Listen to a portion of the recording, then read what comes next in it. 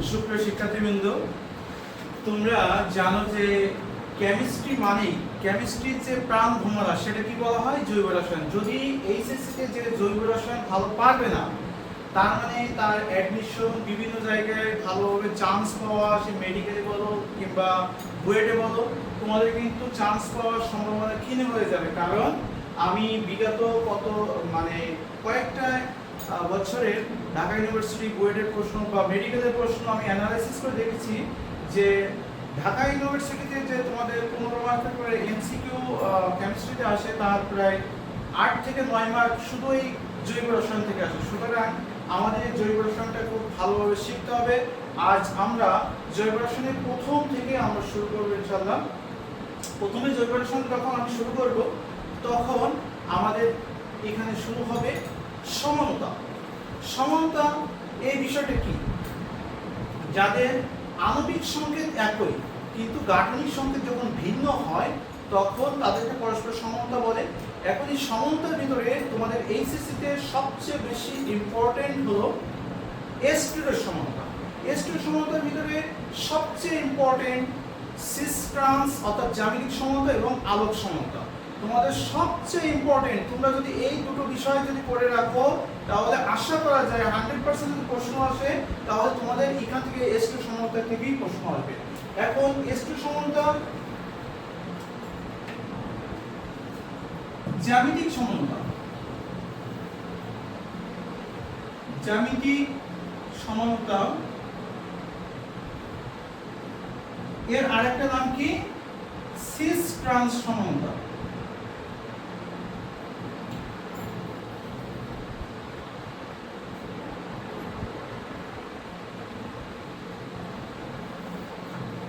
দুই, আলোক সমানতা।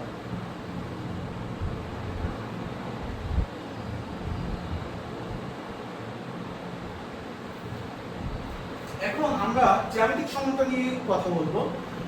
প্রথম শর্ত হলো, তোমাদের জ্যামিতিক সমানতা বা সিস্টেম সমানতা বুঝতে হলে তোমার হঠাৎ করে একটা জৈব যৌগ দিল, কিন্তু তোমাকে প্রথমে যে শর্তগুলো আছে এই শর্তগুলো কিন্তু তোমাকে মনে রাখতে হবে। প্রথম শর্ত হলো ওই যৌগটা অ্যালকিন হতে হবে। প্রথম শর্ত হলো ওই যৌগটা অ্যালকিন হতে হবে। দ্বিতীয় শর্ত হলো যে অ্যালকিন হবে তার,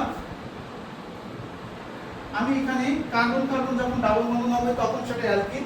এখানে অ্যালকিনে দেখো, এখানে আমি মনে করো এ দিলাম, এখানে আমি বি দিলাম, এ দিলাম, বি দিলাম। এবার দেখো এই যে উপর সাইড দেখো, এখানে আছে এ, এখানে আছে এ, উপর সাইড মিল আছে অথবা নিচের সাইড, দুইটাও দেখো মিল আছে, উপরেরটা মিল আছে, নিচেরটাও মিল আছে। যখন উপরেরটাও মিল হবে, নিচেরটাও মিল হবে, তখন দুইটা যখন মিল হবে সেটাকে বলা হবে সিস সমানতা। এখন যদি আমাদের এইটা না হয়, এবার কোনাকুনি মিল হয়, অর্থাৎ এইটা যদি আমি বি উপরে দেবো, নিচে এ দিলাম, তাহলে সেটা হবে ট্রান্স সমানতা।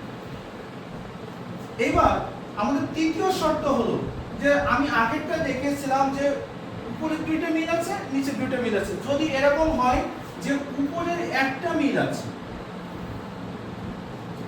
আর নিচে এখন মিল নাই, তাহলেও সে সিস সমান হবে।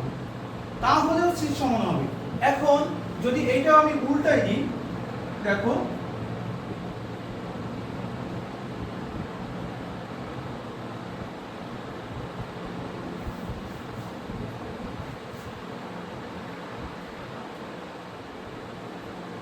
দেখো একটা কোনাকুনি মিল আছে, তাহলেও সে ট্রান্স সমান হবে। এই তিনটে শর্ত। আর যদি এরকম হয় যে কোনোটাই মিল হলো না, মনে করো এইভাবে এ বি আর ডিই এরকম চারটাই অমিল, তাহলে আমরা কি করে বুঝবো এটা সিস সমান না ট্রান্স সমান? তখন এখানে আমরা দেখো এভাবে লিখছি, এখানে লিখছি হাই, এখানে লিখলাম হাই, লো। এর অর্থ দেখো এখানে উপরে হাই মিলে গেছে, নিচে লো মিলে গেছে। তাহলে উপরে একটা মিল আছে অথবা নিচে একটা মিল হবে। যদি এরকম হয় তাহলে আমি আবার বলেছি কিন্তু শীর্ষ সমান, তাহলে দেখো এখানে দুইটা মিলে গেছে, তার মানে এটা কিন্তু হচ্ছে শীর্ষ সমান। আর যদি এরকম যদি হতো যে এই লোটা উপরে গেল, এখানে মনে করো লো চলে আসলো আর এই নিচে আসলো হাই, তাহলে দেখো হাই হাই কোনাকুনি মিল আর লো লো কোনাকুনি মিল, তাহলে তখন হবে ট্রান্স সমান। এখন তোমাদের মনের ভিতরে অবশ্যই প্রশ্ন আসছে এই হাই হাই স্যার হাই লিখছে লো লিখছে কি জিনিসটা? আসলে এটা হচ্ছে তার আণবিক ভর।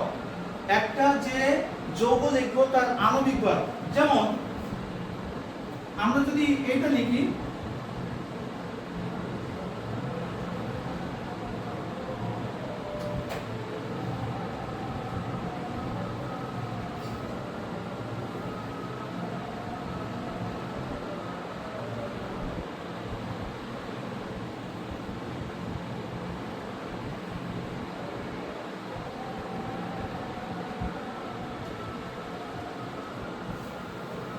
ধরো এটা লিখলাম, দেখো এখানে ক্লোরিনের আমাদের পারমাণবিক ভর কত 35.5। তাহলে এইবার এই কার্বন কার্বন ডাবল বন্ধনে এখানে 35.5, এখানে মিথাইল মূলকের এখানে আণবিক ভর কত কার্বন 12 আর এই তিনটা হাইড্রোজেন 3 12 3 15।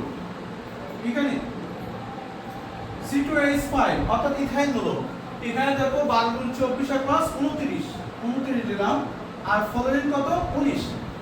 তো দেখো এই যে 35.5 আর 15 এর ভিতরে যদি আমি তুলনা করি তাহলে ভর কোনটা বেশি? উপরেরটা, তাহলে উপরেরটা হচ্ছে হাই নিচেরটা হচ্ছে লো, আর এখানে হচ্ছে 29 আর 19, তাহলে বেশি কোনটা 29 আর নিচেরটা হচ্ছে কম, তাহলে উপরে হাই নিচে লো। তাহলে দেখো এখানে উপরে দুটো হচ্ছে হাই হাই অর্থাৎ দুটো আণবিক ভর বা পারমাণবিক ভর উপরে দুটো বেশি নিচে দুটো কম, তাহলে এই যে যৌগটা আছে এইটা হবে হচ্ছে সিস সমাণু।